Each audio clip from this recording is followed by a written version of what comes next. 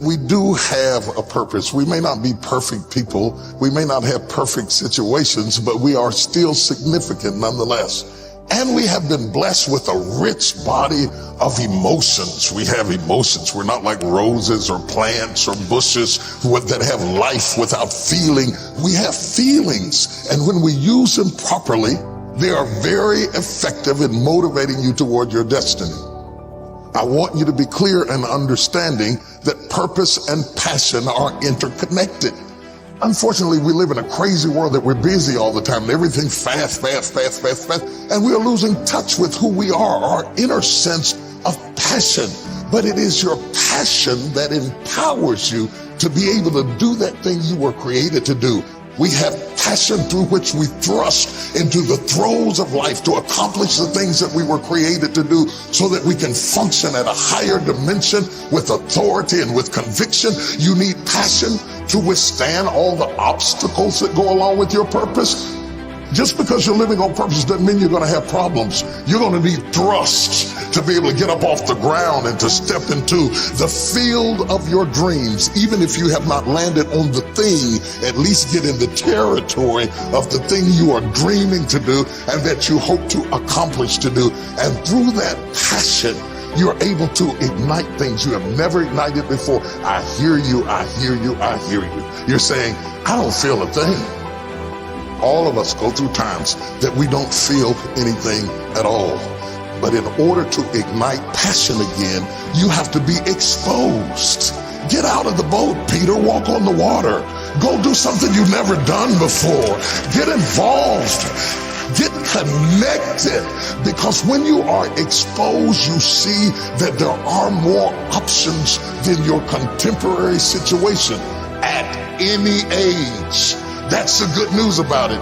You don't have to be cute. You don't have to be pretty. You don't have to be a size 3. You don't have to be a blonde or brunette. You don't have to be 20 or 50. At any age, you can still ignite your purpose through finding your passion. That's good news. What then do we do with the lulls in life?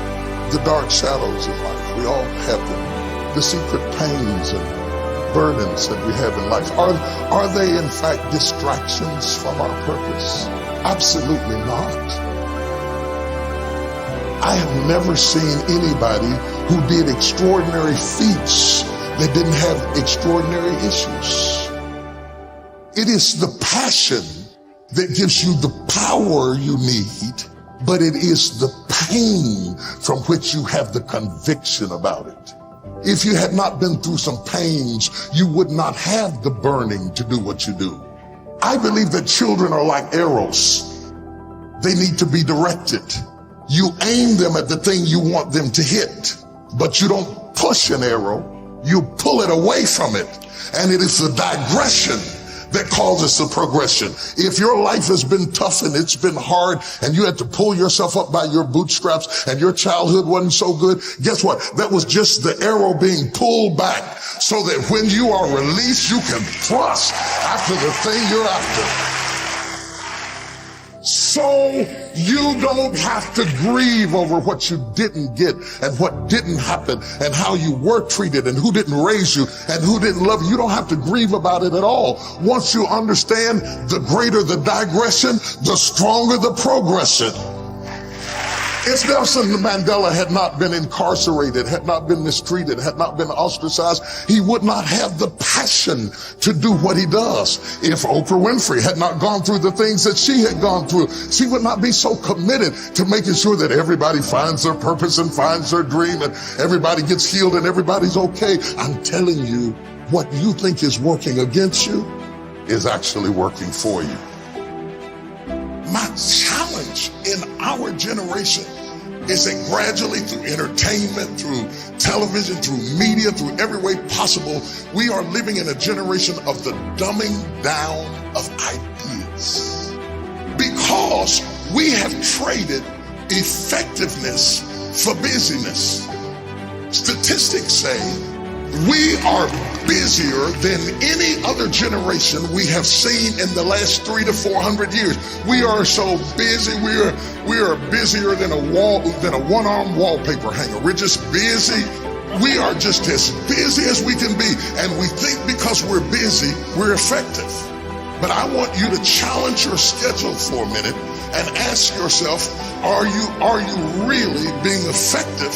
Or is your life cluttered with all kinds of stuff that demands you and drains you and taxes you and stops you from being your highest and best self? And are you substituting busyness and all the chaos that goes along with busyness from being effective? Let me tell you, a bunch of scientists got together, they began to do some research, and they begin to determine that 80% of the things we do are busy things that we do in an area that is not effective, that the average person only spends 20% of their time doing the thing that they are really gifted at, created at, passionate about, excited to do, and the rest of it is all the dismal, dumb stuff that we all have to do in order to survive. Just crazy stuff that we're doing. Wonder what would happen if we would go from doing 80% of things that are busy but not effective and 20% of the things that are really effective, if we would switch those numbers around and only give 20% of our time to the things that we have to do and 80% of our time to the thing that we were created to do. Wonder what would happen to your life. Now think about it a minute. There's a lot of things you could take from me and I could make it. You could take my suit, I got another one.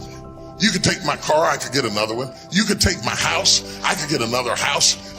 But when you take my time, you have taken something from me that is totally irreplaceable.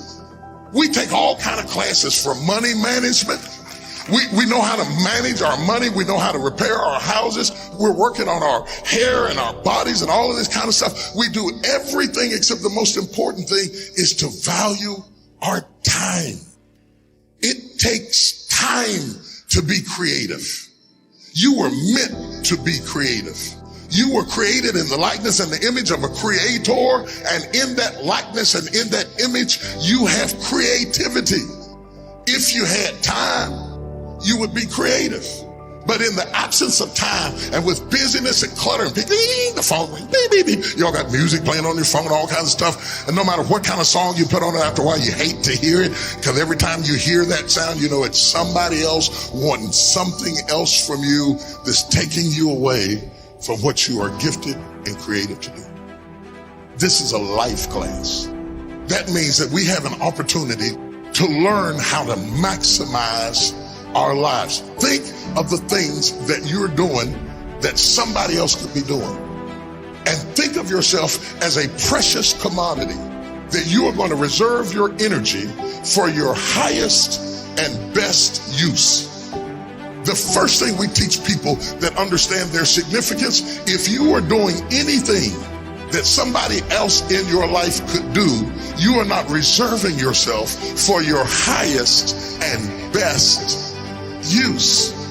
We are not using our life, our time, our energy for our highest and best use. And something in the back of this brain back here is going ding, ding, ding, ding, ding, ding, ding, ding, ding. You're missing it. You're missing your life, your purpose, your passion, your excitement, your enthusiasm. And through these classes, what we want to do is shake you and rattle you and stir you up to understand that every moment is a gift, every second is a gift, every thought is a gift, every idea is a gift, every opportunity is a gift, everybody you meet is a gift. You are gifted with opportunities, and I want to show you how to begin to maximize what you got. People will define you by how they met you. Whether it may be girlfriend, mother, banker, whatever it is, they define you right there. They put a period. But if you have the capacity to do more, turn that period into a comma. I tell people, don't let people put a period where God has put a comma. Explore all of your life, no matter how diverse it is. There are some people who have more capacity and they can handle more things, and there are other people who have to focus on one thing and do one thing well. You have to determine which one you are and be that. A lot of people don't know how to get over the past. They don't know how to forgive. They confuse forgiving with forgetting. You don't have to forget it to forgive it. They need to also realize that forgiveness is a gift you give yourself. It does not exonerate the perpetrator. It doesn't mean that they weren't wrong. It just means that I'm not going to be tied to what they did the rest of my life.